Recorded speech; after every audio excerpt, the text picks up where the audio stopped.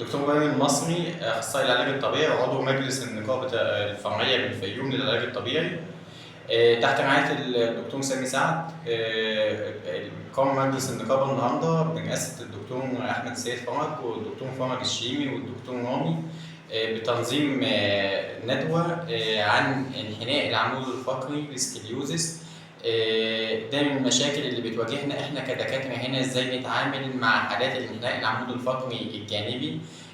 من بيجي لنا حالات كتير عندها مشاكل اسفل الظهر وفي الرقبه، وبنعالجها على اساس ان هي غضروف عادي، مجرد ان هو غضروف بارز من مكانه او شويه خشونه في الفقرات، وبيفضل العيان ياخد فيها جلسات شهور متتاليه على اساس ان احنا ده غضروف بنعالجه او شويه خشونه بنعالجه، ولكن احنا بنفاجئ ان الحاله مش بتتعالج، دي حاجه، او ان هو بيتعالج بيخف، ولكن بيرجع لنا بعدها بشهر او بشهرين بيقول لنا يا دكتور انا الالم لسه موجود عندي تاني اسفل الظهر او في الرقبه.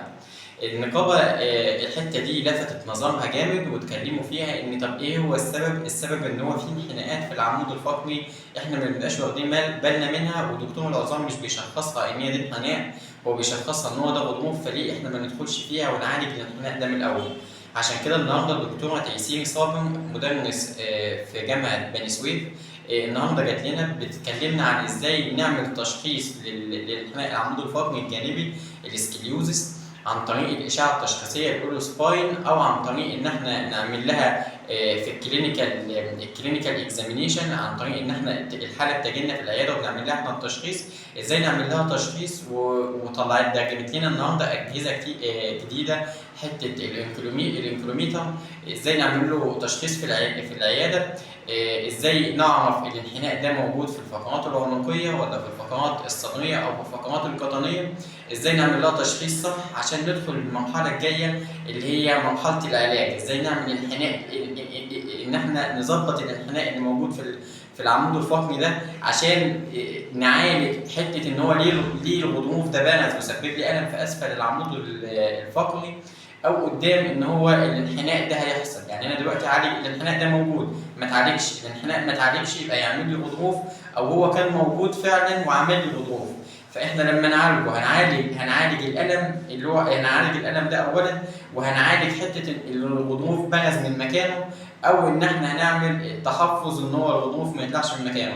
المشاكل دي اكتر مشاكل بنقدر نشتغل عليها وبنقدر نصلحها الحالات اللي هم لسه في سن المراهقه، اللي هم لسه الجسم بتاعهم ما اكتملش بناء، وبنقدر ان احنا نشتغل بايدينا وبنبدا نحافظ على العمود الفقري من الانحناء بتاعه.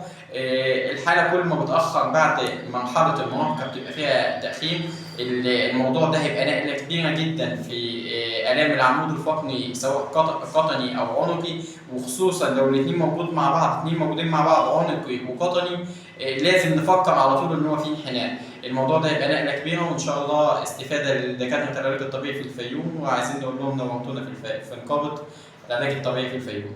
شكرا.